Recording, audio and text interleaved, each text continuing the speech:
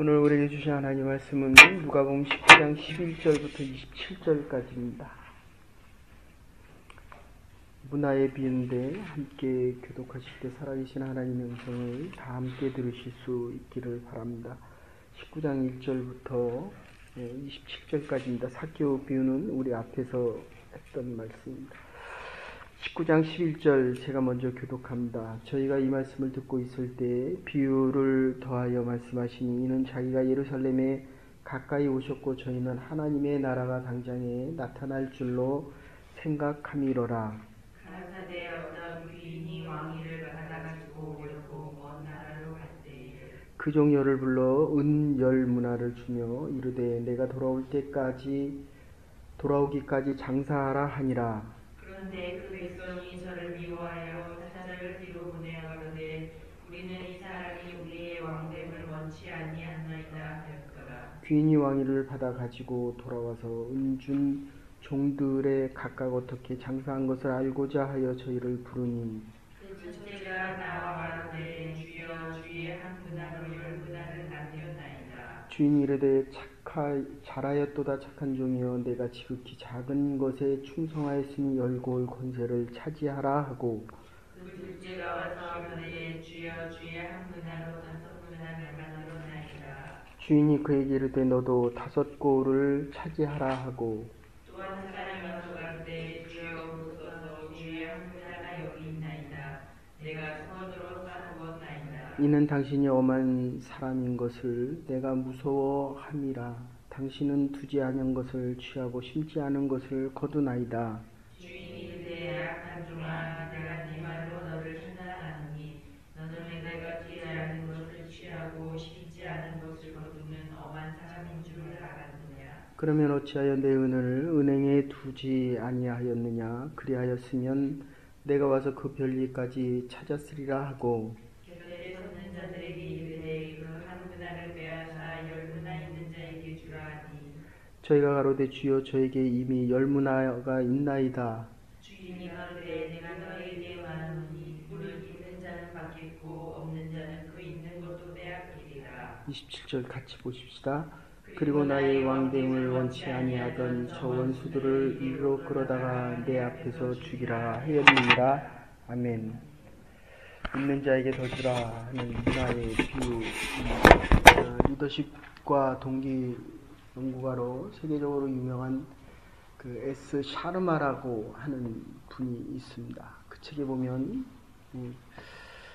네가 태어날 때는 모든 사람들이 너를 보고 웃었는데 정작 네가 세상을 떠날 때에는 모든 사람들이 너를 보고 울 때에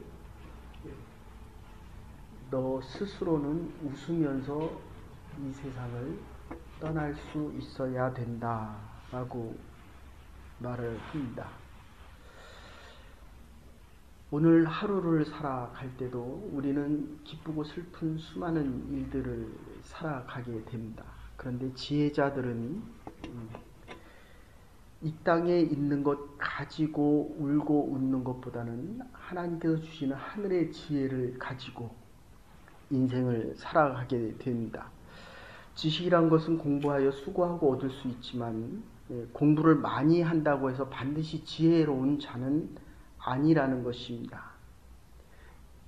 공부를 많이 해서 많이 아는데도 지혜가 없는 분들을 보고 제가 자랄 때마다 해도 이 권사님들이 새벽마다 앞에 나와서 기도하시고 365일을 하루도 안 빠지고 새벽 예배 나오시는 권사님들 중에 제 기억으로도 2분이 국민학교도 졸업을 못했는데 얼마나 지혜롭게 말씀을 하시는지 참 이상합니다. 한글 신문은 못 읽으시는데 성경은 읽으십니다. 이게 지혜자이기 때문입니다. 지식은 과거에 대한 것을 이야기하지만 지혜는 미래를 아는 것입니다. 지식은 대체로 넓은 것에 대한 알미지만 지혜는 깊이에 대한 것입니다. 지식은 양적인 거라고 한다면 지혜는 질적인 이해입니다. 지식은 현상적인 이해지만 지혜는 의미의 이해다라고 할 수 있습니다. 일본 사람이지만 학문의 즐거움이란 책을 쓴 헤이스케라고 하는 분이 있습니다. 국민학교를 못 들어갔습니다. 근데 수학의 그 노벨상이라고 하는 필드상을 받고 하버드에서는 처음으로 국민학교 때 하버드를 들어갔습니다. 천재입니다. 근데 국민학교 들어가는 거를 떨어졌습니다. 그리고 중학교, 고등학교를 넘어서 대학을 간 분입니다. 그분의 책에 보면 이러한 이야기가 있습니다. 지혜란 잊혀진 것을 기억나게 하며 대상을 깊이 있게 보게 하며 결단력을 유도하는 힘을 가지고 살아가게 하고 알아가는 삶의 즐거움과 기쁨 속에 창조적인 힘과 능력을 가지게 한다. 그래서 잠언서는 여호와를 아는 것이 지혜의 근본이다 라고 이야기합니다. 하나님을 아는 것이 지혜의 근본이고 시작이고 뿌리가 됩니다. 성경을 모르면 어리석은 자가 되고 하나님을 모르면 결코 지혜자가 될 수 없다는 것입니다. 하나님을 아는 것만큼 삶에 대한 기쁨이 있고 이 지혜를 가지고 하나님을 아는 지혜를 가지고 새로운 것을 창조할 수 있고 창조적인 힘과 능력을 공급받을 수 있다는 것입니다. 그러면 하나님을 아는 지혜가 뭐냐? 하나님은 창조자요, 우리는 피조물이다 라고 하는 것입니다. 얼마나 단순한 이야기입니다. 나의 생이 창조자로부터 주어진 생명을 가지고 살아간다. 하나님께서 주신 시간과 하나님께서 주신 것만큼 가지고 살아갈 수 있다는 것입니다. 한계를 안다는 것이 과연 그러면 무엇이냐? 무엇이든지 다 가질 수 있고 무엇이든지 다 할 수 있고 무엇이든지 다 알 수 있다는 것이 아니라 하나님이 알려주신 계시적인 사건 속에서 알려주시는 그것만이라도 다 알 수 있으면 지혜자다라고 하는 것입니다. 무엇이든지 다 할 수 있고 다 알 수 있다. 이거는 하나님 앞에서 피조물이 할 수 있는 것이 아닙니다. 주인이 알려주는 것만큼 알 수 있고 주인이 하라고 하는 것만 하여야 되고 주인이 허락한 것만 할 수 있다는 것입니다. 이게 한계를 이야기합니다. 하나님의 뜻을 아는 것이 그렇기 때문에 지혜입니다. 그래서 이것은 오늘 내 시간이지만 하나님이 주신 시간입니다. 그래서 우리는 충성을 다해야 되고 하나님의 뜻을 잘 알아서 하나님의 뜻대로 행하는 지혜자가 되어야 하고 하나님의 것이기 때문에 우리의 최선을 다하는 것, 이게 충성된 자라는 것입니다. 제가 한국에 있을 때 그 전도사 시절에 철야를 인도하면 제가 지금도 기억나는데 덕수상고 나오신 장로님이 한 분 계셨습니다. 제1은행에 다니시던 분인데 고등학교 나온 사람이 지점장 된다는 것은 그건 정말 그 당시에는 천지가 개벽하는 일입니다. 근데 이분이 얼마나 열심히 일하는지, 지점에서 얼마나 열심히 일하는지 그분을 지점장이 직접 은행장에게 추천을 해서 본점의 자금을 관리하는 분이 되셨습니다. 그러니까 성실하고 믿을만 하니까 은행장이 그분에게 일을 다 맡깁니다. 제가 늘 물어봅니다. 장로님, 아니 지금이 몇 시인데 지금 철야를 오십니까? 철야가 9시부터 시작되고 11시부터 5시까지 같이 찬양도 하고 기도도 하는데 이분이 일을 많이 시키니까 윗사람들이 신실하고 충성되고 정직한 사람에게 일을 다 맡깁니다. 어떤 때는 철야를 11시에 오기도 하고 어떤 때 12시에 오기도 하고 어떤 때는 1시에 오기도 하고 어떤 때는 새벽 4시에 옵니다. 야, 저런 사람도 있구나. 그런데 그분이 그 와중에도 방송통신대학을 합니다. 그래서 결국은 덕수상고를 나오고 전국에서 한두 명 될까 말까 하는 사이에 방통을 졸업하고 결국은 지점장이 되셨습니다.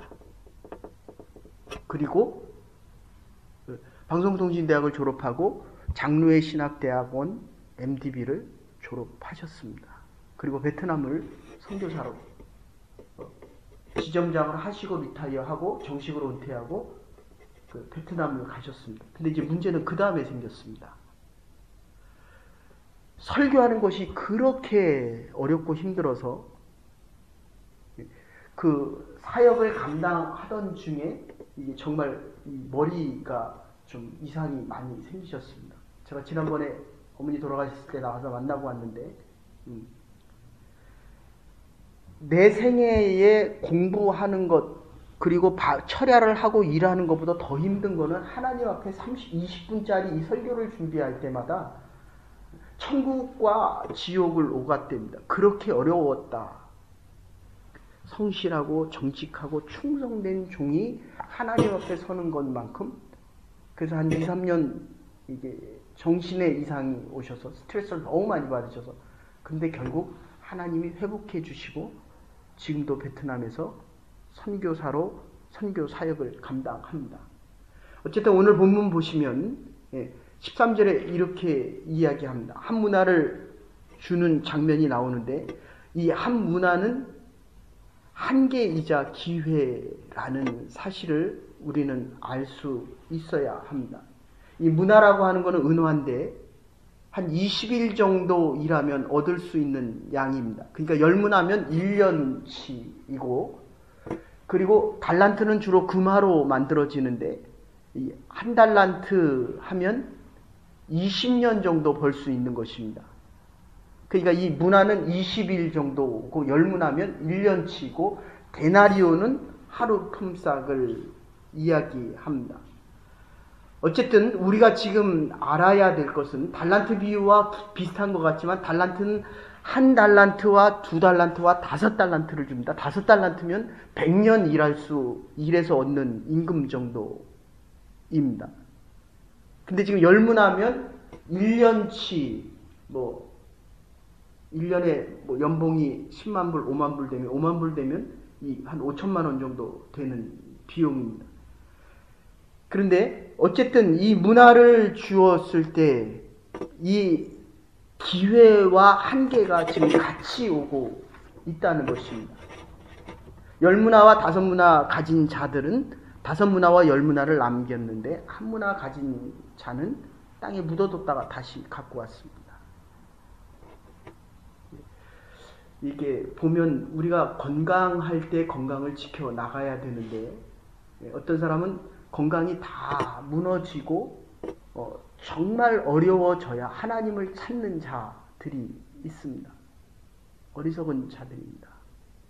지혜자는 건강할 때 건강을 지킬 수 있고 그렇잖아요. 지금은 책 보면 다 머릿속에 들어가잖아요. 근데 벌써 저 정도 되면 들어가는 것보다는 있는 것을 지켜나가는 것이 훨씬 더 중요해지기 시작합니다. 들어도 별로 남지를 않습니다. 어쨌든 이 지켜간다. 미국에 가면 풀맨이라고 하는 도시가 있는데 우리 캠퍼카들 있지 않습니까? 다 이 회사에서 만드는데 이 사람이 돈이 얼마나 잘 벌렸는지 한참 70년대 80년대 여기서 어쨌든 놀러 다니는 그 큰 차를 만들어서 도시 하나를 다 사게 됐는데 그가 한 얘기가 그겁니다. 내가 돈이 많을 때보다 한 달러가 더 $1 가지고 쓸 때의 그 가치의 그 행복이 더 좋았다 라고 이야기를 합니다. 도시를 다 가졌는데도 그때가 더 행복했다 이렇게 이야기합니다. 가난하고 어려운 가운데 열심히 공부해서 훌륭하게 되는 사람이 있는가 하면 좋은 환경 속에서도 마냥 빈둥빈둥 되는 사람들이 있습니다. 하나님을 물량적인 안목에서 볼 것이 아니라 질적인 차원에서, 영적인 차원에서 하나님을 볼 때 우리에게 한 문화씩을 주는 이 공평한 일을 우리가 잘 감당할 수 있어야 된다는 것입니다. 하나님의 공평을 알았다면 나에게 주어진 이 한 문화를 정말 소중히 쓸 수 있어야 합니다. 여러분, 누구께 더 소중합니까? 다른 사람의 100만 불보다 내 손 안에 있는 이 10,000불이 더 소중하다는 것입니다. 하나님이 주신 이 한 문화가 그렇게 소중한데도 이게 소중한 줄을 모르고 건강도 물질도 시간도 다 없어진 다음에 이 시간이 소중하다는 겁니다. 여러분, 이 새벽 기도도 그렇지 않습니까? 저는 그렇습니다. 저녁에 대학가 가서 성경 공부 가르칠 때는 그래도 분 단위로 움직여집니다. 근데 이 새벽 기도는 거의 초 단위로 움직여집니다. 그 이창호 구단이 하는 얘기합니다. 자기가 시계방에서 태어난 것을 부끄러워서 얘기를 못했는데, 대국에 나갈 때마다 다른 사람은 분 단위로 계산하는데 자기는 초 단위로 계산합니다. 시계방에서 시계 초침 소리를 듣고 자랐더니 결국 그게 자기에게 가장 중요했다라고 하는 것을 모르고 있다가 대국에 나갈 때마다 마지막에서 뒤집지 않습니까? 여러분, 우리에게 주어진 모든 것들은 하나님이 주신 것들입니다. 그래서 하나님의 뜻을 아는 것을 지혜라고 한다면 하나님이 주신 거기 때문에 충성하지 않을 수가 없는 것입니다. 그래서 이것을 기회이자 한계다. 두 번째는 이 문화의 의미는, 이 다스린다는 의미는 다스리면 자유인이요, 다스림을 받으면, 다스려지면 이건 노예입니다. 그래서 메시아의 사역에 볼 때도 예수님께서 왕으로 오셨지만 서번트로 오셨다. 우리가 다스릴 때는 미니스터지만 다스림을 받으면 아이에게 다스림을 받고 시간의 다스림을 받고 공부에 끌려가면 이건 노예입니다.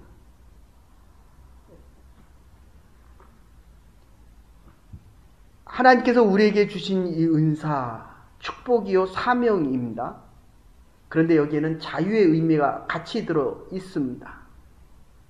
무제한의 자유는 없습니다. 궤도 탈선하면 자유가 아닙니다. 낭비는 자유가 아닙니다. 방탕은 또 하나의 노예됨을 의미한다는 것입니다. 우리에게 주어진 자유, 그 한계를 바로 알고 살아가고 누릴 수 있는 것, 이게 지혜자입니다. 문화라고 하는 것, 하나님의 테스트입니다. 하나님께서 한 문화를 주셨을 때 그것 하나만 가지라는 것이 아니라 이것을 잘 감당하면 더 주시겠다는 것입니다.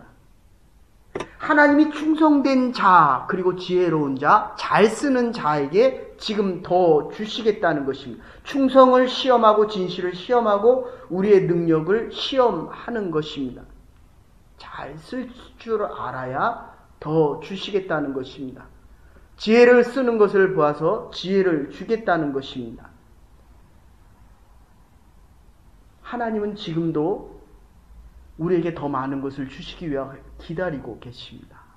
그리고 우리를 훈련하고 계시고 은혜를 알도록 권고하고 계신다는 것입니다. 이 본문은 대헤롯에 대한 이야기인데, 헤롯이 로마에 가서 로마 시저한테 이 유대를 다스릴 수 있는 통치권, 왕권을 가지고 옵니다. 그리고 40년을 통치하는 동안에 세 아들 안티파스와 빌립과 아펠라우스에게 자기의 왕국을 셋으로 나눠주는데, 이 왕이 돼서 자기의 반대자 8,000명을 그 당시에 다 죽여버렸습니다. 이게 그 당시에 8,000명이면 어마어마한 숫자입니다. 오늘 본문은 왕위를 가지고 받아온 사람이 그 왕위를 충성된 종에게 나누어 준다는 것입니다. 그래서 창세기 1장 28절에 보면 하나님 형상으로 지음받은 아담에게 다스려라 라고 말씀하고 계십니다. 다스릴 수 있다면 왕이요, 자유자요, 참된 진실된 우리의 진실을 지켜갈 수 있습니다. 그러나 돈이 아무리 많아도 돈에 이끌려가는 자들, 돈의 노예로 살아갑니다. 그래서 세 번째는 충성하면, 자유자로 살아가면 이 다스림의 영역을 계속 또 넓혀 주시겠다는 것입니다. 돈이란 벌기도 어렵지만 지키기도 어렵습니다. 잘 쓴다고 하는 것은 더더욱 어렵습니다. 하나님께서 우리에게 필요한 것을 주시겠다는 것입니다. 하늘 아버지가 더 주시겠다라고 하는데 못 받을 이유가 없다는 것입니다. 건강할 때 건강을 지킬 수 있다면 하나님이 주신 이 건강을 더욱더 건강하게 살아갈 수 있다는 것입니다. 우리가 알고 있는 윌리엄 4세가, 영국의 윌리엄 4세가 죽던 날, 남자가 없어서 빅토리아 여왕, 가장 무지하고 무능하고 못 감당할 만한, 그것도 여자, 남자가 없어서 여자를 택했는데, 빅토리아 여왕이 간택되자마자 기도했던 게 그겁니다. 하나님, 내가 여왕이 된다면, 침대에서 그 얘기를 들었습니다. 그러니까 가장 무지하고 무능한 여자를 택한 것이, 그게 빅토리아 여왕입니다. 근데 결론은 어떻게 끝납니까? 태양이 떠서 지지 않는 나라를 만든 게 이게 빅토리아 여왕입니다.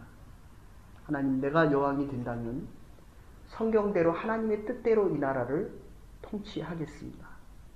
하나님께서 그 위에 지혜를 허락하십니다. 다스림의 지혜를 허락하십니다. 하나님을 아는 것이 힘이요 하나님을 아는 것이 능력입니다. 하나님으로부터 다스릴 수 있는 권세를 얻을 수 있는 것입니다.